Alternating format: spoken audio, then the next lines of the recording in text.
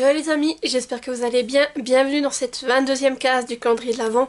Et comme je vous l'avais dit, les lundis, on revient sur des excellentes lectures que j'ai faites cette année et plus principalement sur des mentions honorables, donc des livres qui étaient à rien du coup de cœur et avec lesquels j'ai passé d'excellents moments de lecture. Et pour ce dernier lundi, je vous propose de revenir sur 3 excellentes lectures que j'ai faites récemment. Tout d'abord, je voulais revenir sur une lecture qui m'a profondément marquée cette année. Je l'ai fait il y a quelques mois, c'était dans le courant du mois d'octobre après ce que je vois. Et franchement, cette lecture, elle m'a marquée, elle m'a émue. Et c'était une sublime découverte que je ne peux que vous recommander. Il s'agit de L'insignifiante petite histoire de Gabriel Mus et c'est en auto-édition. Voilà, je vous montre la couverture qui est juste trop mignonne. Et donc dans cette histoire, en fait, on va suivre le petit Gabriel qui est un enfant. Et le petit Gabriel, on va dire, il a une petite souris qui n'est pas comme les autres. En effet, au lieu de lui acheter une pièce sous l'oreiller, elle lui écrit des lettres dans lesquelles elle lui raconte son incroyable petite histoire, plutôt son insignifiante petite histoire, même si au final on va se rendre compte que son histoire est incroyable. Et derrière ces lettres, en fait, se cache sa grand-maman. Voilà tout ce que je peux vous dire. Donc c'est une lecture que j'ai vraiment adorée. Je me suis régalée parce que déjà, on va suivre cette correspondance qui va durer sur des années à travers les lettres, l'histoire que nous raconte cette petite souris qui se nomme Jojo et à laquelle on s'attache tout de suite. Alors la vie n'a pas été facile pour Jojo, il y a eu des choses qui se sont passées qui sont juste horribles, mais elle a eu aussi beaucoup de moments heureux et on va la suivre au travers de ses lettres, de ses aventures, on va voir tout ce qui lui arrive. Et disons, ce qui est très bien fait aussi, c'est l'idée d'avoir transformé notre monde en un monde de souris et d'avoir réussi à y intégrer des éléments historiques, notamment la Seconde Guerre mondiale. Pour nous, adultes, il y a certaines choses qui sont dites ou que, comme on les mentionne, on voit très bien ce que c'est, mais c'est vrai que du point de vue des enfants, c'est super bien d'avoir amené ce point de vue de souris. Et c'est vrai que Jojo aussi, c'est très intéressant de suivre son histoire, de voir tout ce qui y arrive. Et on va voir aussi qu'il y a des choses qui sont importantes pour Jojo, notamment la foi. Mais à chaque fois, c'est bien amené en nous faisant très clairement comprendre que oui, effectivement, Jojo, elle avait la foi, mais elle comprend très bien que ce n'est pas le cas pour tout le monde. Et même lorsqu'on parle de la religion, ces choses-là, eh bien, on a quand même des scènes qui sont à mourir de rire. Moi, notamment, je pense à la scène du baptême. C'était incroyable. Lisez la scène du baptême. Je vous jure, ça vaut le détour. Et pareil, c'était très émouvant tout ce qui va se dérouler, tout ce que Jojo va vivre et tout ce qu'elle va réaliser. Franchement, c'est une histoire, oui, entre émotion, bon moment et on a envie de connaître la suite, de savoir ce qui arrive à Jojo à travers ses lettres qui s'étalent au fil du temps. Et pareil, quand on arrive à la fin, en fait, la dernière lettre nous explique ce qui est arrivé par la suite à Jojo et à tous les autres personnages que l'on a rencontrés dans l'histoire. Et ça, c'était aussi intéressant de savoir ce que chacun devient. Et ce qui est très bien fait, je dirais aussi dans ce livre, c'est le fait qu'il parle à chacun d'entre nous, je dirais, car on joue sur le mythe de la petite souris. Et inconsciemment, même pour un adulte, ça nous rappelle notre enfance, le fait qu'on croyait vraiment qu'il y avait une petite souris qui venait sous notre oreiller nous déposer des pièces. Et c'est ça que j'ai aimé, le fait déjà de jouer avec ce mythe de la petite souris. Et aussi, ce que j'ai bien aimé, c'est que l'auteur a une très belle plume. Alors ça, la plume est incroyable, magnifique. Je me suis régalée à ce niveau-là. Et c'est vraiment très beau, certaines tournures de phrases. Mais aussi, ce qui est très bien fait, c'est que rapidement, l'auteur, même si c'est un livre qui se veut être accessible un peu pour tous, il utilise quand même un vocabulaire qui est plus adapté plutôt pour des adultes, je dirais. Mais il dit clairement que les enfants... mais si on leur explique, ils comprennent. Donc c'est ce que Jojo explique au petit Gabriel, que voilà, ces lettres, il va peut-être pas tout comprendre, mais il faut pas qu'il hésite à demander à sa maman qu'elle lui explique ce qu'il ne comprend pas pour qu'il ait tous les éléments pour capter ce que Jojo essaye de lui transmettre. Et ça aussi, je pense que c'est vrai, parce que Jojo aussi, elle critique des fois la société sur certaines choses, le fait que les enfants sont trop gâtés, des choses vraiment toutes simples, mais... derrière son point de vue, il y a quand même aussi du juste et c'est ça que j'ai trouvé qui était très très bien fait. Et vraiment, c'est une pépite cette lecture si vous avez envie de suivre l'échange entre ses grands-mamans et son petit-fils. Je vous le recommande vivement. Et surtout de découvrir cet univers de souris, ça vaut le détour. Et là en plus c'est une lecture, alors je l'ai dévorée, elle fait un peu plus de 320 pages mais c'est écrit. Voilà, à chaque début de chapitre, C'est vraiment comme si c'était le début de la lettre. Bien sûr, je vais pas trouver de début de chapitre pour vous montrer. Voilà. Là, vous voyez, on a à chaque fois le numéro de la lettre, la date et quelle dent le petit Gabriel a perdu. Donc vraiment, c'est super bien fait et vraiment une grosse pépite. C'est une lecture que j'ai aussi commencé en octobre et dont j'enchaîne gentiment les tomes au fur et à mesure. Et là, vous m'avez déjà entendu en parler plusieurs fois. Mais pareil, c'est une saga de fantasy que je ne peux que vous recommander, avec laquelle je me régale.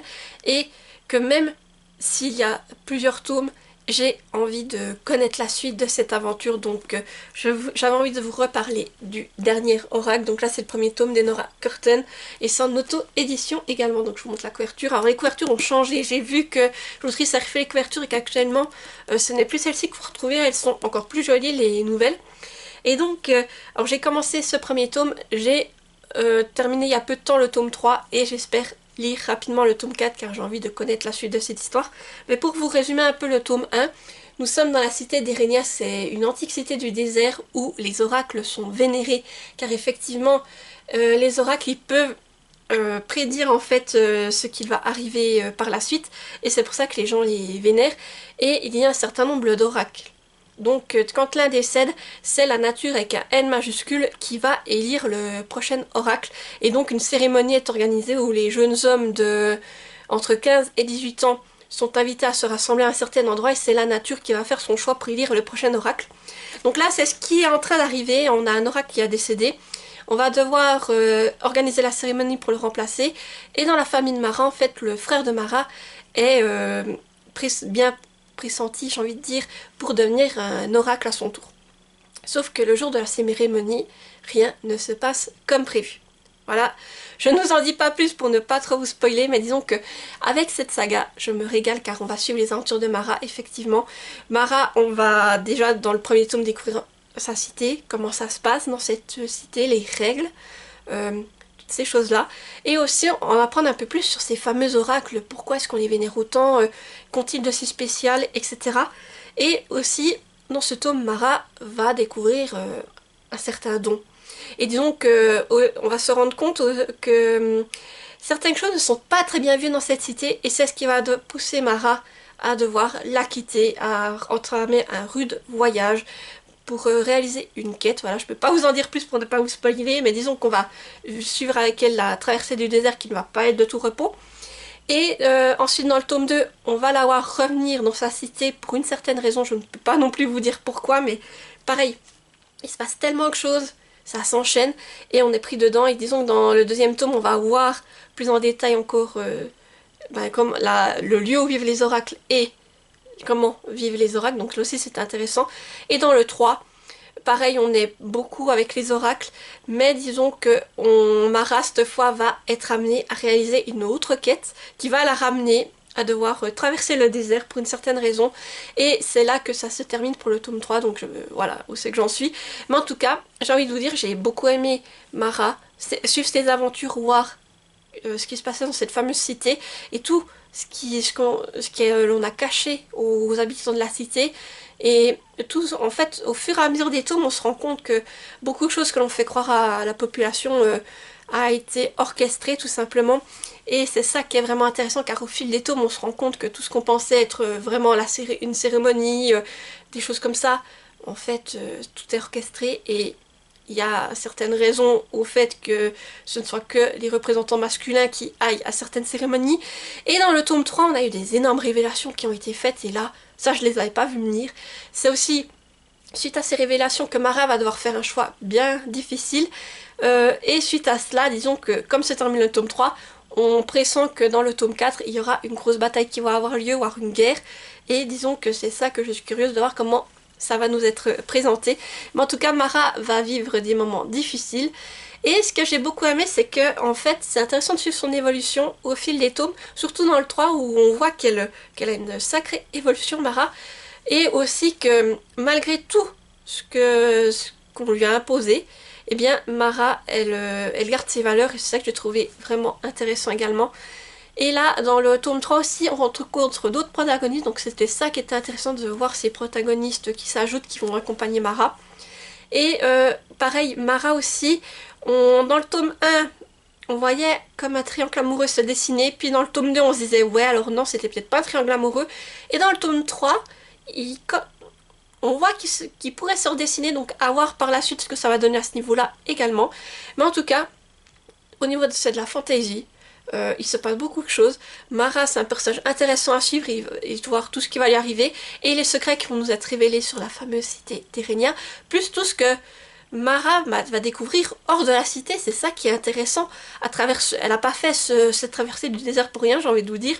Donc ça aussi, c'est intéressant de découvrir pourquoi est-ce qu'elle l'a fait et ce qu'elle a découvert de plus loin, tout simplement. Et tout ça, c'est toujours écrit avec une plume fluide, prenante, addictive. Et quand vous commencez, en fait, vous voyez pas les pages défiler. Donc voilà pourquoi c'est une lecture que je vous recommande vivement si vous aimez tout ce qui est fantasy, avec des péripéties, de l'aventure, des révélations. Bref, tout ce qu'il faut pour faire une très bonne série.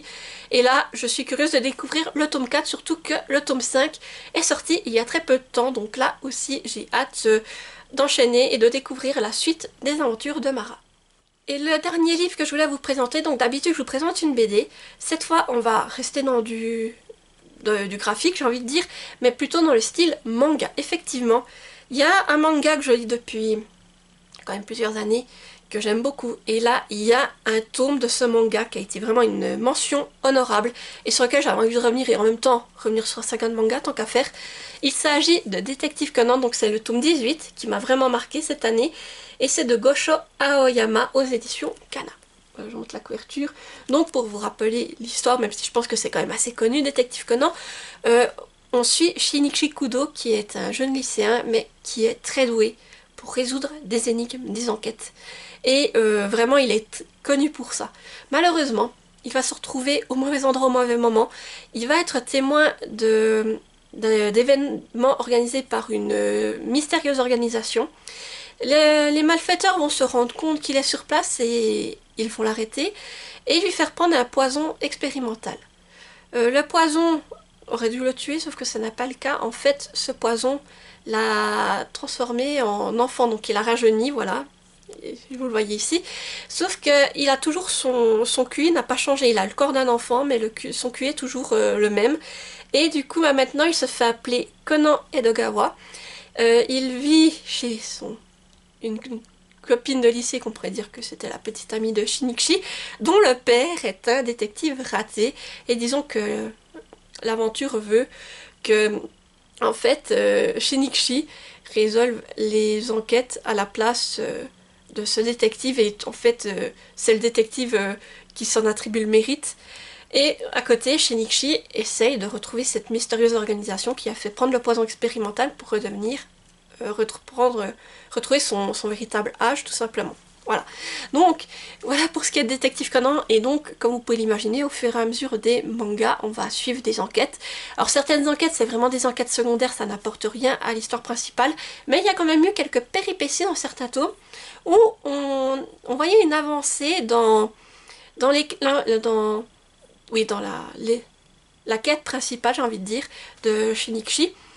Et aussi, il y a eu quand même quelques rebondissements très intéressants, ainsi que la découverte de nouveaux personnages que l'on revoit au fur et à mesure dans les tomes de Détective Conan aussi, qui sont très intéressants. Et aussi, disons que Conan, alias Shinichi, a quand même vécu pas mal d'événements. Et dans ce tome, pourquoi est-ce qu'il m'a autant marqué? C'est que, alors j'ai vu l'anime à l'époque, donc ça m'a peut-être pas autant surpris que si je l'avais pas connu. Mais disons que quand j'ai vu un certain élément, je me suis dit, ah, voilà le fameux passage que j'attendais. Et c'est-à-dire que dans ce tome, on va pas mal avancer sur l'intrigue principale. C'est-à-dire qu'il y a des éléments qui vont se passer qui vont redonner espoir à Shinichi dans le sens où il pourrait peut-être retrouver son véritable corps, son vrai âge. Et aussi, on en apprend un peu plus sur cette mystérieuse organisation. Et voilà, je peux pas trop vous en dire non plus, mais disons que c'est ça qui fait que ce tome m'a vraiment plu. Et pareil aussi, les énigmes qu'on trouve à l'intérieur de ce tome étaient très intéressantes. Et surtout, le fait qu'il y a un petit espoir de se dire il va redevenir adulte. Même si, j'ai envie de vous dire, j'en suis qu'au tome 18. Hein. Actuellement, Détective Conan, il y a plus de 100 tomes. Alors, on se doute bien que ça va être une petite avancée. Mais ça va pas marcher forcément parce que sinon il n'y aurait pas son tome à l'heure actuelle, mais ça reste intéressant et ça m'a fait plaisir de redécouvrir tous les éléments qui étaient mentionnés dans ce tome et de voir l'espoir qui est donné à Conan alias Shinichi. Et pareil, je suis toujours autant prise dans les dessins, tout ce qui se passe en fait. J'essaye de vous montrer juste les illustrations si je trouve très réaliste. Alors c'est un dessin particulier, mais ça me plaît quand même parce que ça va avec le style du récit. Voilà, je vais peut-être vous montrer ça. C'est le début d'une nouvelle histoire comme ça. Vous lisez peut-être pas trop les bulles pour ne pas vous spoiler, mais moi j'aime bien ce style de dessin. Et franchement, moi ça me replonge en enfance, à l'époque où je regardais l'animé. Et je suis quand même curieuse de découvrir toutes les énigmes de Conan, car à chaque fois, c'est quand même intéressant parce que moi je me fais aussi des hypothèses de me dire, ah, je pense que c'est lui le tueur, ou c'est lui qui a commis les faits, quoi, en fait. Et souvent, je n'ai pas la bonne solution, et c'est intéressant de voir la manière dont il va résoudre l'enquête, les éléments qu'il amène, toutes ces choses-là. Et franchement, ça me plaît, et c'est des lectures qui passent très vite, car comme vous pouvez le voir, c'est pas un très grand manga en général. En un jour, peut-être deux, si j'ai pas beaucoup de temps pour lire, il est lu, et franchement, je me régale toujours autant. Et là, voilà pourquoi je voulais revenir sur ce tome, car tout simplement, pas mal d'éléments importants qui s'y passent, mais pareil, si vous aimez tout ce qui est manga, que vous avez envie de replonger un peu dans la nostalgie de l'enfance, les détectives Conan, je pense que c'est une bonne idée, surtout que même si dans les autres tomes on a pas mal des enquêtes secondaires, ça reste malgré tout intéressant et on passe toujours un très bon moment. Et voilà, j'arrive au bout de cette vidéo. N'hésitez pas à me dire en commentaire si vous avez lu certains de ces livres et ce que vous en avez pensé. Et n'hésitez pas non plus à me dire quelle excellente lecture vous avez eue, vous, pendant cette année. Et comme d'habitude, si vous êtes trop timide pour rester un commentaire, vous pouvez me mettre un emoji. Donc pour l'insignifiante petite histoire, vous me mettez une souris, ça me semble évident. Pour le dernier oracle, je vous ai dit qu'on va pas mal avoir des traversées de désert, donc vous pouvez me mettre si vous me trouvez un paysage de désert. Et pour Détective Conan, alors, si vous me trouvez une de ces fioles, vous voyez comme il a une de ces fioles un peu de chimiste, vous pouvez me mettre cet emoji tout simplement. Et comme d'habitude, n'hésitez pas à laisser un petit pouce en l'air pour soutenir la vidéo, activer la petite cloche pour ne pas rater les prochaines, et à vous abonner car ça fait toujours plaisir et ça soutient la chaîne. Et sur ce, je vous dis à demain pour une prochaine vidéo et portez-vous bien. Bye bye!